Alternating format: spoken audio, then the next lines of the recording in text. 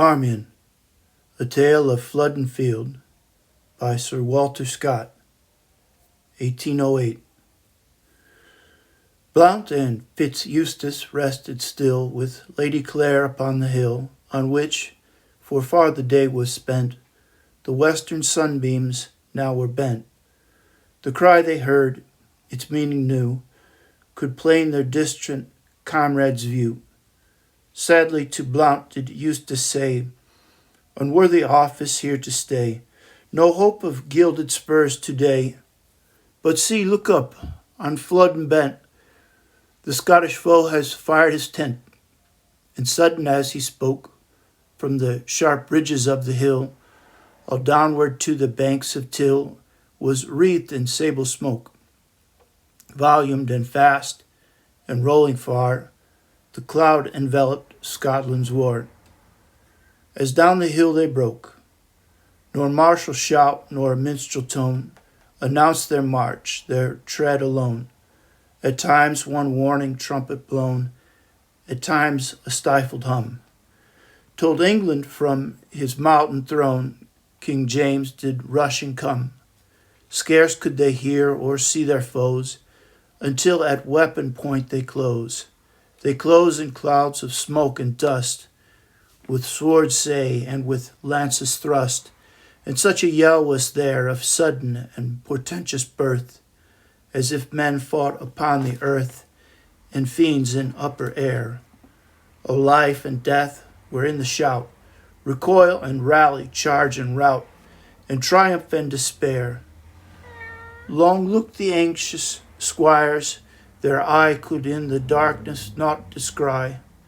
At length the freshening western blast aside the shroud of battle cast, and first the ridge of mingled spears above the brightening cloud appears, and in the smoke the pennons flew, as in the storm the white sea mew. Then mark they, dashing broad and far, the broken billows of the war, and plumed crests of chieftains brave, floating like foam upon the wave. But not distinct they see, wide ranged the battle on the plain. Spears shook and falchions flashed amain, fell England's arrow flight like rain. Crest rose and stooped and rose again, wild and disorderly. Amid the scene of tumult, high they saw Lord Marmion's falcon fly, and stainless Tunstall's banner white, and Edmund Howard's lions bright. Still bear them bravely in the fight, although against them come of gallant Gordon's many a one, and many a stubborn Badenoch man, and many a rugged border clan with Huntley and with Home. Far on the left, unseen the while, Stanley broke Lennox and Argyle, though there the western mountaineer rushed with bare bosom on the spear, and flung the feeble targe aside, and with both hands the broadsword plied. 'Twas vain, but fortune on the right with fickle smile cheered Scotland's fight. Then fell that spotless banner white, the Howard's lion fell.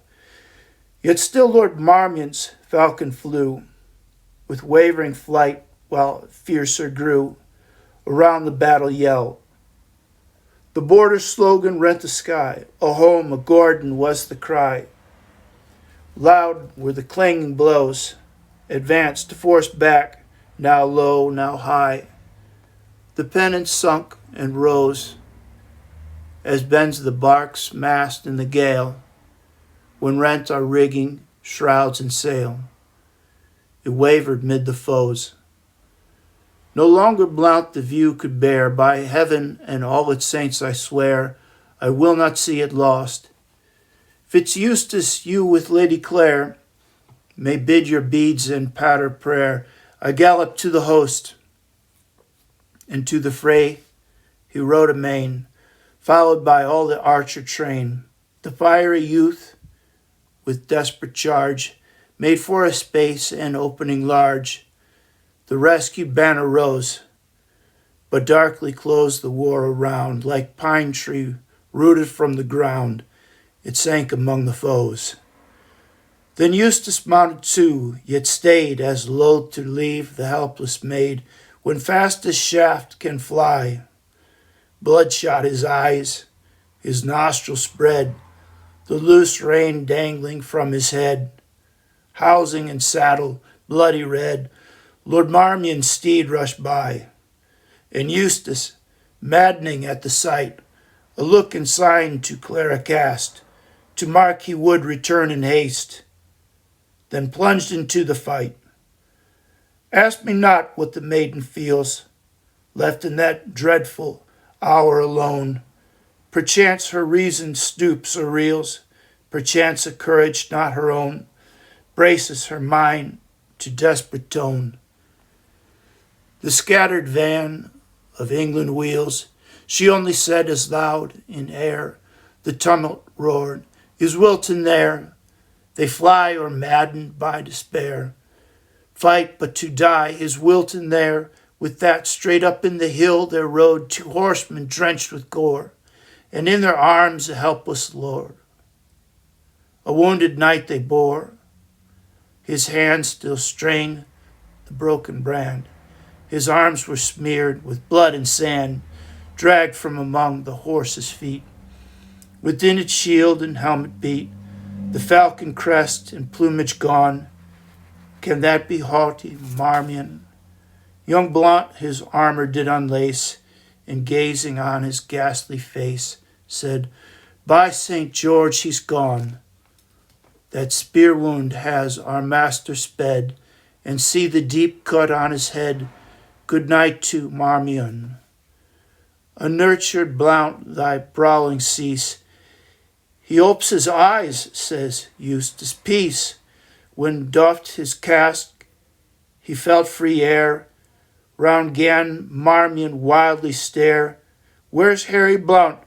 Fitz Eustace where? Linger ye here, ye hearts of hair. Redeem my pen and charge again. Cry Marmion to the rescue. Vain, last of my race on battle plain. That shout shall ne'er be heard again. Yet my last thought is England's. Fly to Dacre bear my signet ring. Tell him his squadrons up to bring. Fitz Eustace to Lord Surrey high. Tunstall lies dead upon the field. His lifeblood stains his spotless shield. Edmund is down, my life is reft. The admiral alone is left. Let Stanley charge with spur of fire, with Chester charge in Lancashire, full upon Scotland's central host, or victory and England's lost. Must I bid twice? Hence, varlets, fly! Leave Marmion alone here to die. They parted, and alone he lay. Clare drew her from the sight away, till pain wrung forth the lowly moan, and half he murmured, Is there none of all my halls have nursed, page, squire, or groom, one cup to bring of blessed water from the spring, to slake my dying thirst? O woman, in our hours of ease, uncertain, coy, and hard to please, invariable as the shade by the light quivering aspen made, when pain and anguish wring the brow, in minstering angle thou. Scarce were the piteous accents said, when with the baron's cask the maid to the nigh streamlet ran, forgot were hatred's wrongs and fears. The plaintive voice alone she hears, sees but the dying man. She stooped her by the runnel's side, but in abhorrence backward drew, for oozing from the mountain side, where raged the war, a dark red tide was curdling in the streamlet blue. Where shall she turn?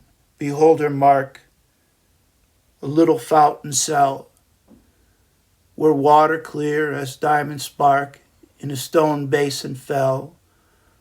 Above some half-worn letters say, "Drink, weary pilgrim, drink and pray for the kind soul of Sybil Grey, who built this cross and well." She filled the helm, and back she hied, and with surprise and joy espied a monk supporting Marmion's head, a pious man whom duty brought to dubious verge of battle fought, to shrieve the dying, bless the dead. Deep drank Lord Marmion of the wave, and as she stooped his brow to lave, "Is it the hand of Clara," he said, "or injured Constance bathes my head?" Then as remembrance rang, "Speak not to me of shrift or prayer, I must redress her woes. Short space, few words are mine to spare. Forgive and listen, gentle Clare." "Alas," she said the while, "oh think of your immortal weal. In vain for Constance is your zeal. She died at Holy Isle." Lord Marmion started from the ground, as light as if he felt no wound, though in the action burst the tide in torrents from his wounded side. "Then it was truth," he said, "I knew that the dark passage must be true. I would the fiend to whom belongs the vengeance due to all her wrongs would spare me but a day, for wasting fire and dying groan, and priest slain at the altar stone might bribe him for delay. It may not be this dizzy trance. Curse on yon base marauder's lance, and doubly curse my failing brand. O sinful heart makes feeble hand." Then faintly down on earth he sunk, supported by the trembling monk. With fruitless labor Clara bound, and strove to staunch the gushing wound. The monk with unavailing cares exhausted all the church's prayers. Ever, he said, that close and near a lady's voice was in his ear, and that the priest he could not hear, for that she ever sung in the lost battle borne down by the flying, where mingle war's rattles with groans of the dying. So the notes rung, "Avoid thee, fiend, with cruel hand, shake not the dying sinner's sand. O look, my son, upon yon sign of the Redeemer's grace divine. O think on faith and bliss.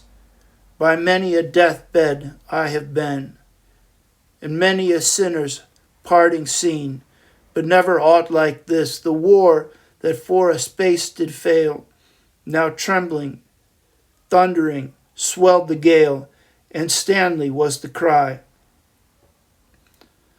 A light on Marmion's visage spread, and fired his glazing eye.